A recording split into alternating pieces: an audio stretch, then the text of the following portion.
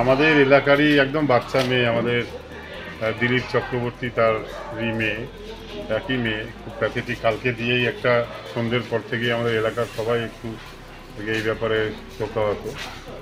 মেয়েটি বাইরেই থাকতো, বম্বেতে গেছিলো, একটা যোগা আশ্রমে নাকি ছিলেন। সেই মেয়েটি গতকাল সন্ধ্যেবেলায় খবর আসে তার বন্ধুদের মাধ্যমে, তার পরিবারের কাছে, যে মেয়েটি ওখানের বম্বের কোনো একটা ড্যামে আর কি পড়ে যায়। সেই অবস্থা বাড়ির লোকও সব জানে। বাবা রাত্রেবেলাতেই রওনা হয় এবং ওর ওই রিলেটিভরা বম্বেতে আছে, ওর এক রিলেটিভ, তার মাধ্যমেই সকালবেলায় খবর আসে।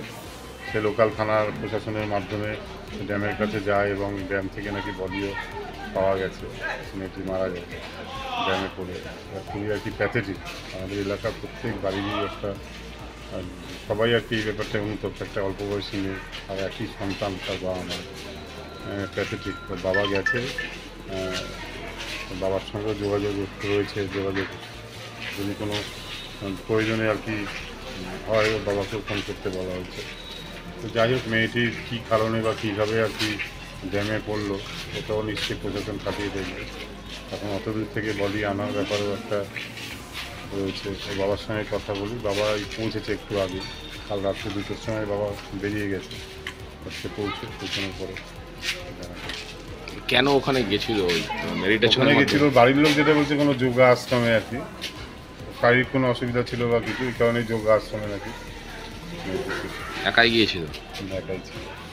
এমনি কি করতো আগে? মেয়েটা খুব ভালো গান গাইতো না, আমাদেরও একটা অনুষ্ঠানে গান গেয়েছিল বছর 2 আগেই, তাই মনে করছি যে গান টান গাইতো। বডি এমনি এখানে আনার ব্যাপারে যদি সহযোগিতার প্রয়োজন আপনি দেবেন? অবশ্যই, যদি সহযোগিতার প্রয়োজন হয় আমরা নিশ্চয়ই, এলাকার মানুষ আছে, আমরা আছি, আমরা চেষ্টা করবো কীভাবে আনা সম্ভব হবে। সেরকম হলে প্রশাসনের সঙ্গেও কথা বলা হবে। এখন অবধি ওর মা জানে না। কালকে রাত্রেবেলা সন্ধ্যে থেকেই ওর মা আর কি কান্নাকাটি যেটা হয় সেটা হচ্ছে, সেই জায়গায় দেখা যায়। ফলো করুন সংবাদ প্রতিদিন ডিজিটাল।